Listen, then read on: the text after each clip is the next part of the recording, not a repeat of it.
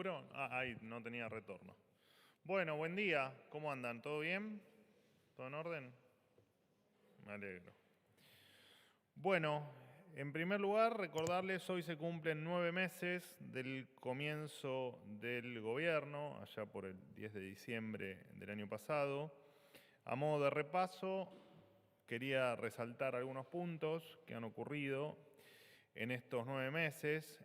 En primer lugar, se logró bajar la inflación del 25,5% en diciembre al 4% en el mes de julio. Esto, recordemos, se hizo sin precios cuidados, sin ley de góndolas, sin chamanismo económico, que por supuesto nunca había dado, ni dio, ni dará jamás resultado. Recordando también que exactamente hace un año el viejo equipo económico o el anterior equipo económico, allí la inflación mensual era del 12,4%, con chamanismo económico, con precios cuidados, con precios regulados y con toda la maraña de regulaciones y trabas que tenía la economía argentina. En segundo lugar, recordarles, en estos 9 meses se realizó el ajuste más grande de la historia, repito los números del desequilibrio: 5 puntos del producto en el Tesoro, 10 puntos del producto en el Banco Central, 15 puntos del producto total era el desequilibrio en las cuentas públicas. Y este ajuste se llevó especialmente en la estructura política, se bajó la cantidad de ministerios de 18 a 8, se eliminaron cargos políticos, se congeló el salario de los funcionarios. El otro día les recordaba que el salario del presidente de la Nación es el segundo más bajo de toda América Latina, medido en dólares, y se recortaron partidas presupuestarias superfluas como dinero para choferes, asesores y todo lo que no solo se pueden imaginar, sino todo lo que les fui contando a través de estos 9 meses aquí en la conferencia. También algo muy importante, hemos suspendido la pauta oficial por un año, como recordarán, y todo esto implica menos plata para la política que durante tanto tiempo atacó el bolsillo de los argentinos. En tercer lugar, recordarles de estos 9 meses el retorno del orden. En estos 9 meses se lograron terminar con los piquetes. Veníamos sufriendo en torno a 18.000 piquetes anuales. Esto se ha reducido a 0. En Rosario, producto del orden que se estableció, tanto por orden del presidente como por acción de la ministra Bullrich, bajaron un 60% los homicidios. Y como dijimos, esto trajo normalidad o mayor normalidad a la ciudad de Rosario, donde vimos especialmente lo ocurrido en las vacaciones, donde fue una ciudad turística que volvió a recuperar ese espíritu de recibir turistas y de que esa actividad se vuelva a la normalidad. Y por último, quería recordarles la transformación que se hizo en materia legal y desregulatoria, más allá de las reformas que siempre mencionamos acá, ¿no? Las 800 reformas de la ley bases y el DNU, mucho más ambiciosa que en la ley de convertibilidad, y además, bueno, toda la maraña de regulaciones que viene desarmando el ministro Federico Sturzenegger. E incluso se hizo un pacto con 18 de los 24 gobernadores para que Argentina recupere premisas básicas. Eran básicas, pero las habíamos olvidado, como la inviolabilidad de la propiedad privada, el equilibrio fiscal innegociable, la reducción del gasto público a niveles históricos, algo que no logró ningún fundamentalista del consenso político. Todo esto un giro de 180 grados respecto de lo que se venía haciendo, y es lo necesario para retomar, después de más de 100 años de decadencia, el sendero de libertad y crecimiento. En otro orden de cosas, pero bueno, relacionado también al paso de estos 9 meses, en virtud de la estabilización que se logró en estos meses, contarles que según datos de la Secretaría de Trabajo, creció la contratación de trabajadores en el sector privado. Esto se produce gracias a la recuperación de las contrataciones de personal en julio con respecto a las del mes anterior, donde la tasa de incorporaciones pasó del 1,3 al 1,6%. Entre los sectores que incrementaron su nivel de empleo, como ya habrán leído en el informe, se encuentran los de la construcción, después de 11 meses de caída, comercio, restaurantes y hoteles, servicios financieros y trabajadores independientes. Además, los salarios reales del empleo asalariado registrado privado mantuvieron una tendencia creciente desde abril. En julio, el salario real medio creció un 2% con respecto a junio y acumula un aumento del 12,6% en los primeros 7 meses de este 2024. Las expectativas a futuro también son positivas. El 25% de las empresas, o sea, una de cada 4, planea aumentar su dotación de personal. En cuanto a la industria, el mes de julio creció un 6,9% respecto al mes anterior y la construcción creció en torno al 8% también en relación al mes anterior. Por su parte, el sector agropecuario invirtió más de 25.000 millones de dólares en la campaña agrícola 2023-2024, una de las más altas de los últimos años. También aumentaron 6,8% las exportaciones de vino con respecto al 2023.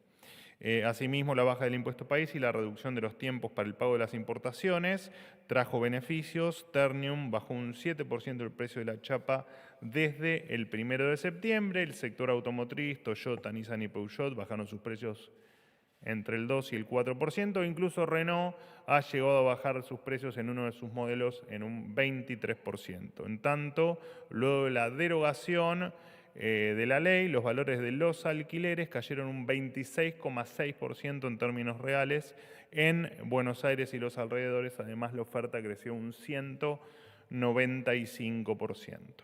El gobierno del presidente Milei cumple con lo que prometió al asumir el mandato el 10 de diciembre y, como dijimos siempre, paz y administración es nuestra premisa, valga lo redundante, principal. En otro orden de cosas, contarles que el Ministerio de Capital Humano estableció la esencialidad del sector aéreo para garantizar un nivel mínimo de servicio, aun cuando haya conflictos sindicales que paralicen la actividad. Esta medida se implementó a raíz de los paros aeronáuticos de los últimos días, que de manera injusta y irresponsable dejaron a miles de pasajeros sin poder viajar. El sector aéreo es, para nosotros y para el sentido común, fundamental para la conectividad de un país, especialmente el nuestro, para el comercio y para el transporte de personas. Es por eso que si se incumplen los acuerdos sobre servicios mínimos, habrá sanciones, de acuerdo, por supuesto, a la legislación vigente. Además, por los paros encubiertos llevados a cabo recientemente, Aerolíneas Argentinas denunciará a los gremios de pilotos APLA y tripulantes ante la justicia. Estos gremios, recordemos, son los mismos que festejaron el cierre del aeropuerto del Palomar, defendieron el déficit de Aerolíneas Argentinas pagado por todos los argentinos, se opusieron a la apertura de cielos argentinos abiertos a la libre competencia y destruyeron el sistema aerocomercial argentino, por supuesto, en complicidad con quienes gobernaron la Argentina hasta el 10 de diciembre. Es la primera vez que un gobierno avanza con la esencialidad del sector aéreo y esto es porque la Argentina patotera se terminó. A los problemas ordinarios, soluciones extraordinarias, como dice una canción, haciendo cosas raras para gente normal. Contarles también que a partir de fuentes abiertas, a las que accedemos todos, pero que también accede el Ministerio de Seguridad, suponemos que se están planificando actos de violencia para la movilización del día de mañana frente al Congreso, por lo que en virtud de esto se va a proceder a realizar un operativo de seguridad especial. Atacar al Congreso es atacar la democracia, atacar el funcionamiento del Congreso es atacar la democracia y no se va a permitir y se va a cumplir a rajatabla se van a cumplir con los protocolos vigentes. Por supuesto me refiero al protocolo de orden público, el conocido popularmente como el antipiquetes. Apelamos a la responsabilidad de todos los sectores para que mañana esto, por supuesto, no ocurra y esta información, repito, de fuentes abiertas no se condiga con la realidad.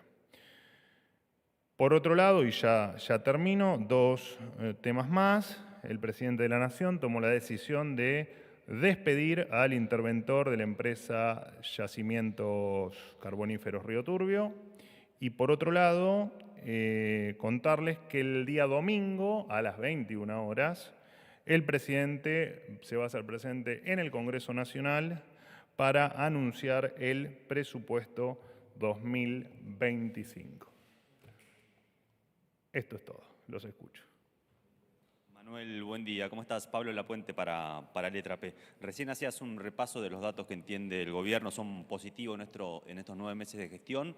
¿No tienen alguna suerte de autocrítica también de estos 9 meses? Si podés enumerar alguna de ellas, teniendo en cuenta que quizás quisieran rever las políticas como para subsanarlas, digo, apelando un poco a la memoria, ¿no? Una jubilación mínima apenas supera los $200, tienen dificultades incluso para llegar a acuerdos políticos con la oposición dialoguista, con los sectores que en un inicio eran aliados del gobierno, e incluso también hay despidos masivos en áreas del sector público, del privado, incluso en las automotrices que vos decís que bajaron los precios por algunas medidas del gobierno, también tienen dificultades, y con respecto a eso hay alguna suerte de autocrítica que puedas mencionar en estos 9 meses de gestión.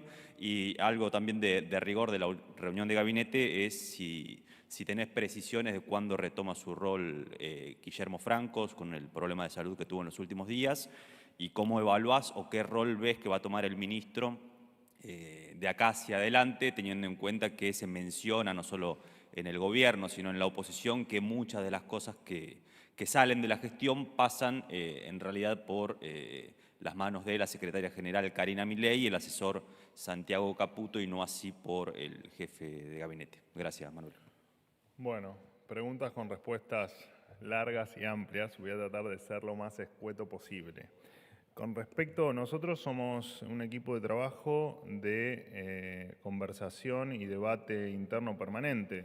No, en tal caso, si hay autocríticas, no es nada malo, digamos, y permanentemente vamos comentando cada paso que damos dentro de la gestión. Con respecto, me nombraste jubilaciones y me nombraste algún otro tema más. Sí, o en general si podés, más allá de lo que mencioné, si pueden hacer ustedes una No, autocrítica de estos nosotros, 9 meses de ok, gestión. Mencioné jubilaciones, algo más general, despidos, ok. diálogo con la oposición. Bueno, el tema jubilaciones es interesante, aparte porque ha sido un tema de los últimos días, será un tema, por supuesto, que mañana va a volver a ser parte de la escena, y lo hemos comentado en infinidad de oportunidades, al margen de que consideramos que estos meses de gestión hemos intentado recomponer dentro de lo que permite la restricción presupuestaria las jubilaciones en lo más que estaba al alcance de esas cuentas públicas, valga la redundancia, o de ese equilibrio de las cuentas públicas o de esa restricción presupuestaria. Lo cierto es que nosotros entendemos y somos conscientes que cuál es la situación del sistema jubilatorio argentino. Entendemos que es un sistema que lo han despedazado, lo han destruido, lo han fundido y lo han usado como una gran caja política, transformando durante mucho tiempo ANSES en una gran caja de subsidios. Te pasó cuando estatizaron las AFJP, prometiéndole a los jubilados una mejor jubilación, y cuando además jubilaron a millones de personas sin tener los aportes correspondientes. Recordamos que en un sistema de reparto, de un lado tenés los aportes, del otro lado tenés al pasivo que hace usufructo de esos aportes. Y esas jubilaciones, cuando no se les tenía en cuenta el ajuste por inflación, porque en la fórmula anterior esa fórmula no incluía la variable de inflación, ahora nos pareció lo razonable que los jubilados se ajusten por inflación. Nada de esto indica que un jubilado está en su mejor momento, sino simplemente que hemos hecho todo lo que estuvo a nuestro alcance y lo vamos a seguir haciendo. Pero a veces cuando se habla de determinadas variables, cuestiones o situaciones, en este caso con el sistema jubilatorio, pero puede ser cualquier otro, están olvidando del desastre que han hecho en la Argentina y de la cantidad de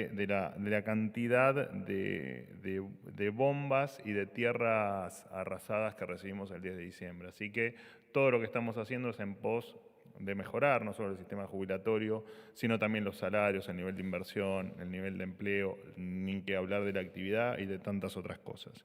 Así que esa es nuestra línea, absolutamente inamovible, más allá de que uno, volviendo a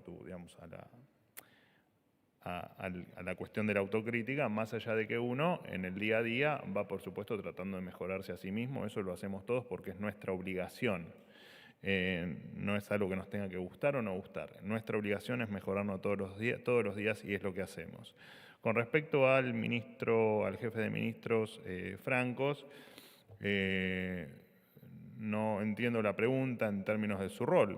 Es el jefe de gabinete y actúa como tal, y no veo a qué se debe tu pregunta. Sí, déjame recordarte, hoy tomé nota de algunas internas que ustedes nos han adjudicado a lo largo de estos 9 meses. Los 9 meses, viste, cuando cumplimos meses vas haciendo reflexionás sobre lo que ocurrió. Nos inventaron una interna entre Santiago Caputo y Sandra Petovelo, una interna entre Mondino y Karina Milei, una interna entre Santiago Caputo y Karina, una interna entre Luis Caputo y Federico Sturzenegger, una interna entre Santiago Caputo y Petovelo nuevamente, una interna entre Santiago Caputo y Cunio Libarona. Han despedido a Mondino, a Russo, a Cunio, a Luis Caputo, a Petovelo, a Francos y a mí. Así que si te referías a eso, nada va a cambiar. No sé cuál es el punto, digamos. No me refería a tuvo un eso. episodio de salud y se va a reincorporar. Creo, no tengo el último parte, pero entiendo que le han dado un par de días de reposo, así que su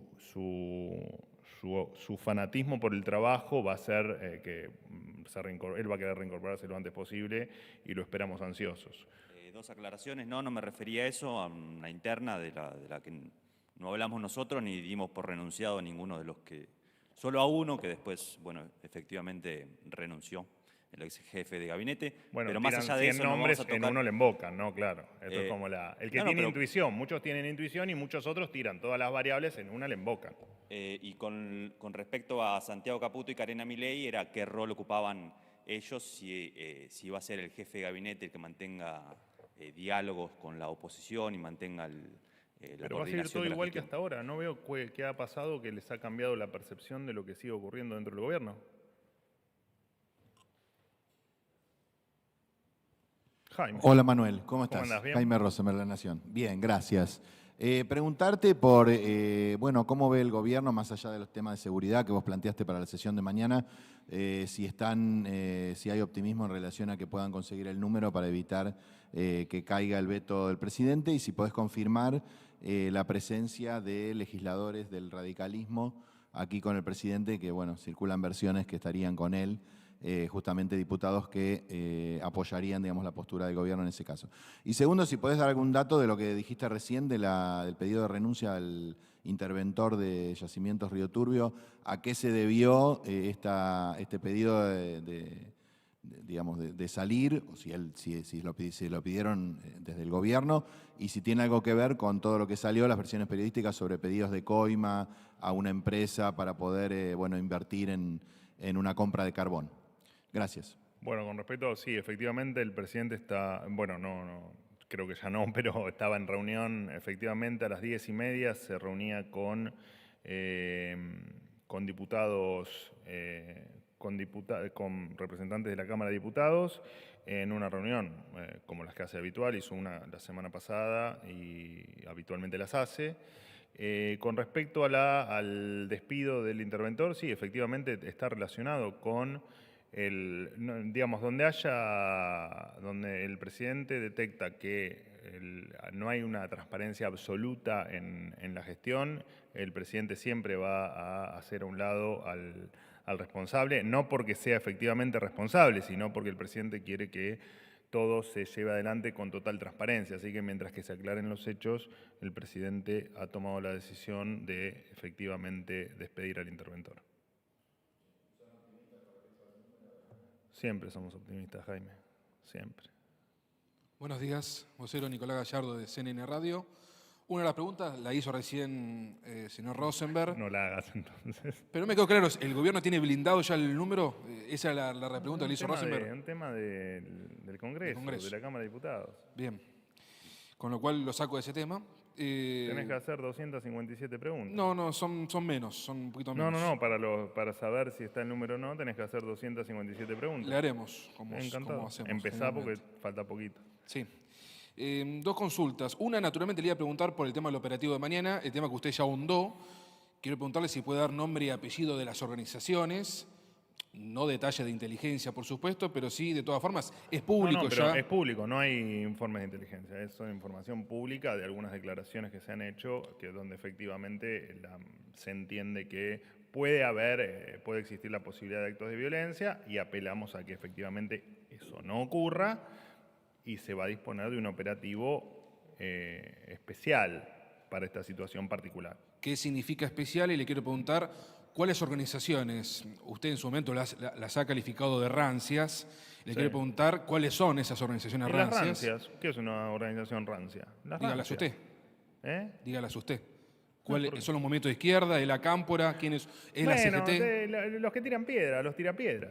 Los tirapiedras son los rancios, son los que no entienden el cambio de la Argentina, no entienden lo que la gente quiere y no entienden lo que es vivir en una democracia y manejarnos de una manera civilizada y no como bárbaros. Y por último, le agradezco el tiempo. Tema Venezuela. Ayer no hubo conferencia, con lo cual creo que sigue siendo importante. ¿Cómo tomó el gobierno, el presidente, el asedio a la embajada argentina en Venezuela? Hoy bajo custodia de Brasil, seguramente ahora le van a repreguntar, pero ¿cómo tomaron eso? Si creen que es una represalia por el pedido de detención al presidente Maduro, ¿cómo toman ambas situaciones? Le pregunto a usted porque la canciller es imposible hablar hace meses con ella. Está oculta. Gracias. Bueno, no sé si está oculta, yo la veo, pero por ahí no te quiere ver a vos, qué sé yo. ¿A nadie? Qué mal. La última vez que hablaste sin micrófono me metiste en un lío, así que te sugiero que sin micrófono no vuelvas a hablar. Gracias, sos muy amable, Tati. Bueno, le voy a transmitir tu queja y la de todos a la canciller. Debe estar de viaje o muy ocupada, porque tiene una agenda muy nutrida.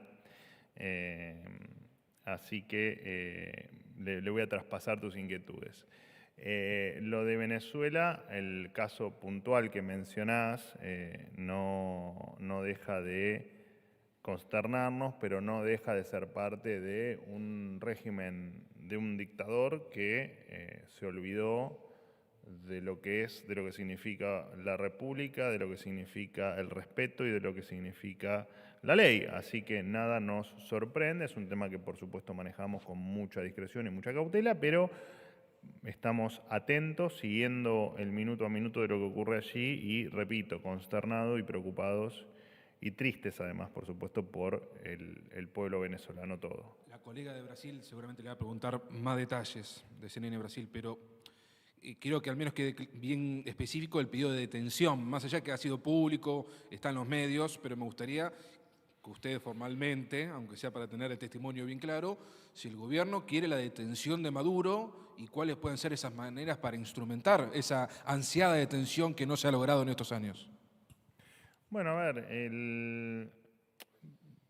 te repito, estamos ante un régimen dictatorial, entonces vos lo estás tal vez pensando dentro de un esquema lógico, como lo pensamos todos, de un esquema democrático, pero Maduro ha transformado a Venezuela en una dictadura, entonces en tal caso, cuando se tenga alguna determinación o alguna acción clara que seguir o algún camino que transitar, se los vamos a comunicar. Por ahora, bueno, sí, el pedido se hizo porque es nuestra posición, digamos, como lo es con cualquier dictador.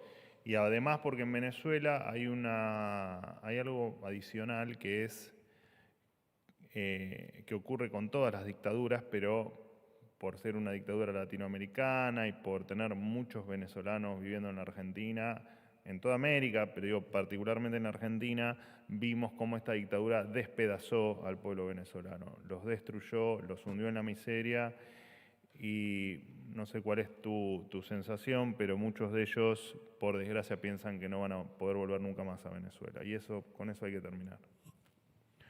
Martín, querido. Buen día, Manuel. Martín Fernández para Radio La Ciudad. Bien, por suerte. Quería consultarte al respecto del decreto de acceso a la información pública, dos cuestiones que tienen que ver con eso. Primero, si considerás que hubo o no contradicción entre los dichos del jefe de gabinete la semana pasada, señalando que no se iban a acceder, el gobierno iba a acceder a que se modificara el decreto. Luego vos señalaste que no iba a haber modificaciones, punto número uno.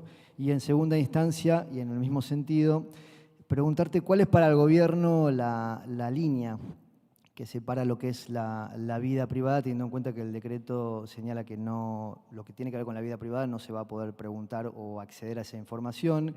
Esto te lo consulto porque gracias por ejemplo, a datos de la vida privada del expresidente Alberto Fernández, la sociedad obtuvo datos que la conmocionaron y que terminaron poniendo lo que fue la gestión del expresidente en un lugar distinto al que tenía hasta ese momento. Entonces, ¿cuál es para el gobierno el límite para considerar lo que es vida privada y lo que es de interés público o no? Gracias.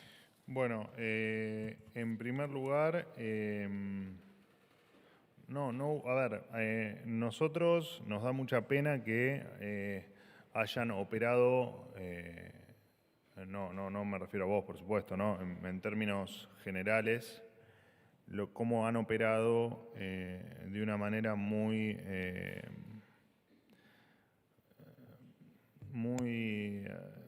cruel a una persona de 74 años que además es el jefe de gabinete de ministros.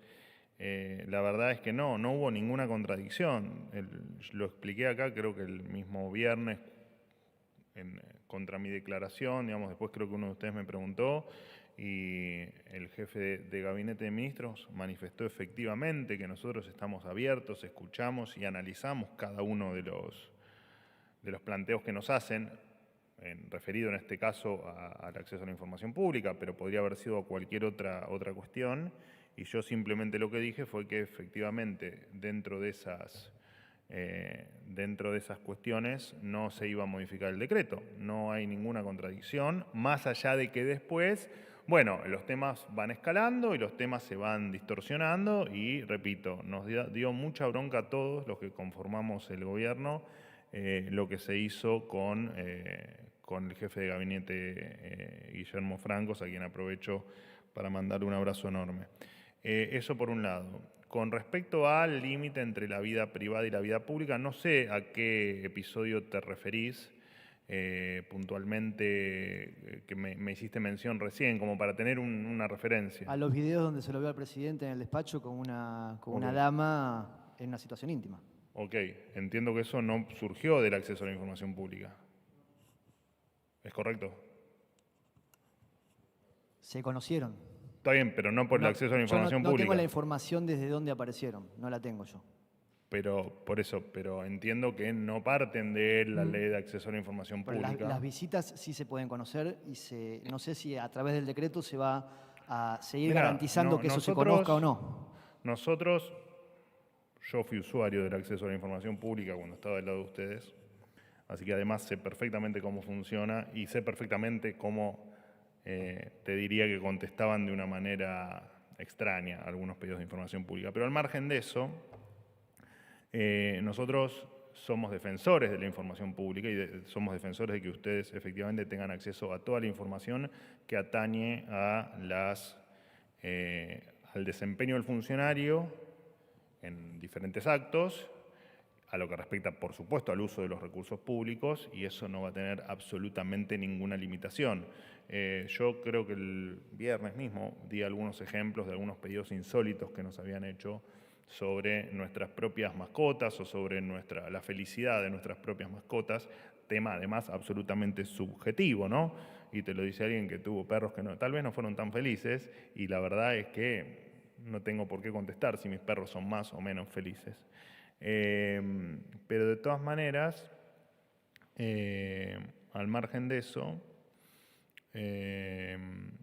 la única limitación que se pone es al abuso de la herramienta. La información pública no va a tener ningún tipo de limitación de absolutamente ninguna índole, porque no es nuestro espíritu,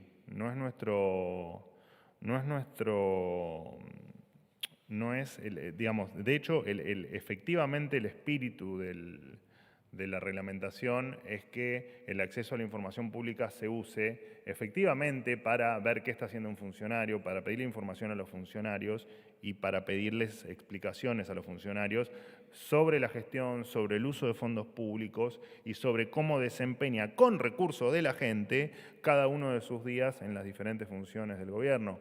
No tienen un espíritu restrictivo ni tiene un espíritu que vaya en contra de la libertad de la información. Y nada, te repito, ni los videos surgieron por los aberrantes videos, dicho sea de paso, no surgieron por el acceso a la información pública, como tampoco surgió la foto de la fiestita de Olivos. De hecho, eso lo filtraron ustedes, los periodistas. Y nada tiene que ver con el acceso a la información pública. Y además de otros pedidos insólitos que llegan, y no te olvides que también por cada pedido insólito que llega, que nada tiene que ver a la utilización de recursos públicos y que nada tiene que ver al desempeño del funcionario, detrás de la respuesta si mi perro es feliz o no, tenés un montón de gente abocada a permanentemente recibir, analizar y contestar ese tipo de cuestiones. O sea que además te metes en un gasto adicional que no tiene absolutamente ningún sentido porque no hace a que la gente pueda acceder a la información pública, sino que hace a otro montón de cuestiones que solamente hacen que el gasto público sea más y que la ineficiencia sea más. Pero no va con el... jamás se nos ocurriría hacer nada que vaya en contra de la información pública. Por acá, Manuel, Miguel. buen día. Miguel Nicolich, Radio Rivadavia. ¿Qué tiene en mente el Gobierno Nacional con respecto a yacimientos carboníferos fiscales, sobre todo después de estos hechos que se acaban de conocer? Eso en primer lugar. Y en segundo lugar, volviendo al tema de Venezuela, el presidente uruguayo Luis Lacalle Pou convocó a los líderes regionales a reunir esfuerzos en pos de tratar de normalizar democráticamente lo que pasa en Venezuela. Y no ha habido un eco, por lo menos yo no he escuchado, a propósito oficialmente del gobierno, ya que el presidente Milei desde un principio trató de promover esfuerzos mancomunados precisamente de sus pares, los líderes regionales. Muchas gracias. Bueno, pero es un poco lo que hablábamos con Nico, que Nico pregunta y se va. A ver, nosotros lo estamos pensando con la lógica de una democracia y es un tirano que está está llevando adelante una dictadura desde hace un montón de años. Entonces, entiendo el punto que planteás, pero son pasos que se van dando de manera muy cautelosa y más allá de todas las declaraciones y las denuncias que uno puede hacer, estamos ante un dictador que lejos está de querer normalizar por la vía democrática la situación en Venezuela. Entonces estamos analizándolo con la lógica nuestra, que respetamos la democracia, que respetamos la república y que respetamos la ley. Estamos haciendo un paralelismo con una dictadura y eso no tiene punto de encuentro, no tiene punto de análisis. Por eso es que no se puede responder a tu pregunta, porque son episodios que se van analizando con el transcurrir del tiempo y con el transcurrir de los hechos que van ocurriendo en Venezuela, como mismo en las elecciones existía la esperanza de que esa elección sea transparente o que sea con un grado de certeza con respecto a los resultados, o que con el resultado observado por la oposición venezolana pueda haber pruebas de que efectivamente Maduro se había consagrado ganador por propio derecho, porque efectivamente la gente lo votó, tampoco ocurrió. Entonces no esperemos cosas que la dictadura de Maduro no muestra que vaya a haber en Venezuela. Cualquier novedad o avance que haya en cuestiones de lo que la Argentina pueda seguir avanzando más allá de lo hecho hasta acá, independientemente de que haya un encuentro entre diferentes líderes o cualquier otra presentación que se pueda hacer a nivel internacional, es algo que se va analizando en el día a día y que por supuesto es un tema que nos preocupa no solo a los argentinos, o al gobierno argentino, sino también al resto de los países de la región. Es muy grave lo que pasa en Venezuela, pero es una dictadura. No es hoy no se vive en democracia en Venezuela. Y con respecto al yacimiento Río Turbio. Estamos probablemente hoy por la tarde o mañana tengan alguna novedad de cómo efectivamente sigue adelante la administración de los yacimientos. Última pregunta. Hola, vocero, buen día. Luciana Tadeu, de CNN Brasil. ¿Cómo andas? ¿Bien? ¿Qué tal? Muy bien. Vocero, ¿ustedes están en contacto con otros países para buscar una nueva nación que custodie los intereses argentinos en Venezuela frente a este anuncio del gobierno Maduro de que Brasil ya no va a poder representar las necesidades argentinas allá? Y en este mismo sentido, si ustedes están en contacto con el gobierno venezolano, ya que el gobierno venezolano va a tener que autorizar esta nueva nación a que custodie los intereses argentinos. Gracias. Bueno, todas preguntas que no te puedo responder porque efectivamente estamos avanzando para que primero que nuestra residencia allí, que los asilados allí no tengan absolutamente ningún inconveniente. Sabemos los episodios ocurridos el fin de semana que trajeron mucha preocupación a todos, los cuales aparentemente han sido desactivados o efectivamente no ha pasado a mayores. Así que lo mismo para tus compañeros que me han preguntado sobre Venezuela, es un tema que lo tomamos con mucha cautela y que cuando efectivamente tengamos algo definido y que efectivamente tengamos algún avance en esa materia, se los vamos a comunicar.